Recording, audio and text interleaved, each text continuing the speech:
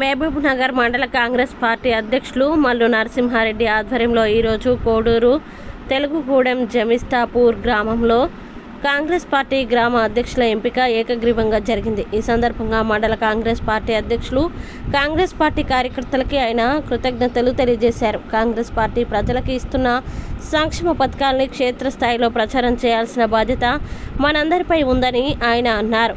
గ్రామాల్లో ప్రతి ఒక్కరిని కలుపుకొని పోవాలని సూచించారు. కాంగ్రెస్ పార్టీ ఎప్పటికీ సామాన్యుల పక్షాన నిలబడుతుందని అన్నారు. ఈ కార్యక్రమంలో జమిస్తాపూర్ సత్యనారాయణ గౌడ్, సురేందర్, శ్రీనివాస్ యాదవ్, ధర్మపూర్ నరసింహారెడ్డి, పోతన్పల్లి మోహన్ రెడ్డి, కాజా తదితరులు పాల్గొన్నారు.